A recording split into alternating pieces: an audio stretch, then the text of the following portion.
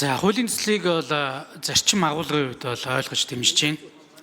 Гэхдээ би зүгээр бас түрүүн цогтгөрөл гишүүнд хэлдэг шиг хууль санаачлагчаас бас энэ асуудлыг бас уян хатан аль боломжийг нь хадгалсан байдлаар зохицуулах боломж бий юу гэж асуух гэж байна.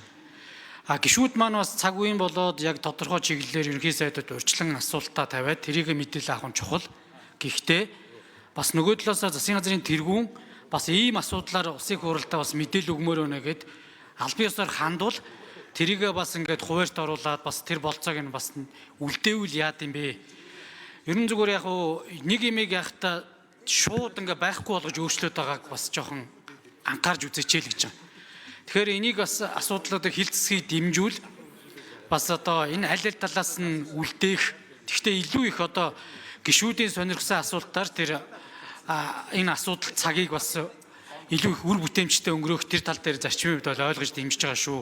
Ерөн зүгээр бас засгийн газрын тэр тэргүүний одоо бас хүсэлт гэдэг юм уу албан бичгээр хандаад би мэдээлэл өгмөр өнөө гэвэл бас тэрийг нь харгалзаж үүсгэх асуудлыг нэг бас зарчмын хувьд ойлголцоод бас явуучвал яасан бэ гэдэг зүйл байгаа. Энийг ямар байдлаар зохицуулах боломжтой гэж бас хууль санаачд үзэж байна. Эсвэл ямар шийдэл оруулж ирсэн бэ? Энэ нэрээ бас мэдээлэл өгөөч гэж хүсэж байна.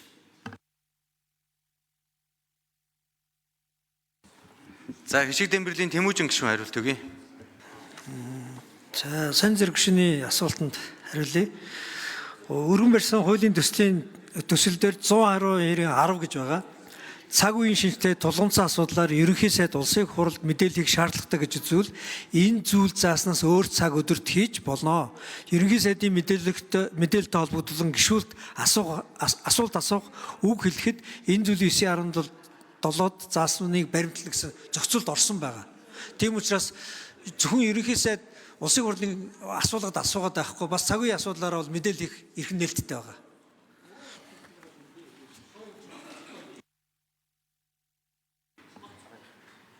За сайн хүүгийн Ганбаатар гишүүн алга байна.